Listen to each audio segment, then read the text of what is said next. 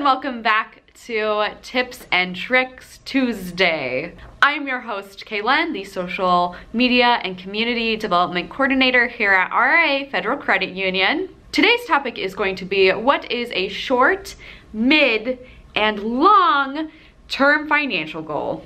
This is where we will be breaking down those three most important goals to help you succeed. We'll just jump right in to the short-term financial goals. What is a short-term financial goal? Short-term financial goals are more immediate expenses that you'll spend money on in a few months or years. Some examples include an emergency fund, payments towards rent or insurance, credit card debt payments, personal goods, traveling and vacation, weddings, and minor repair for home and auto.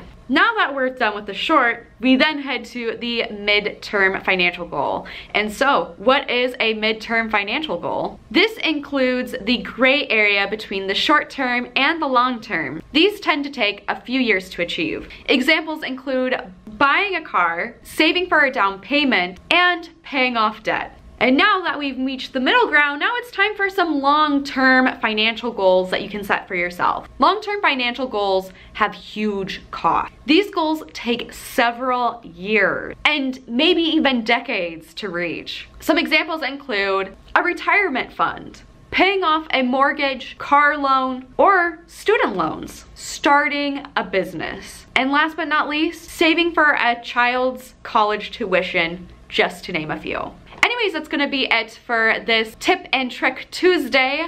Let us know in the comment section down below, what are your favorite financial goals to reach? Are you more of a short-term, mid-term, or long-term goal? And don't forget to come back for next Tuesday for your next tips and tricks to help improve your financial success. We will see you then.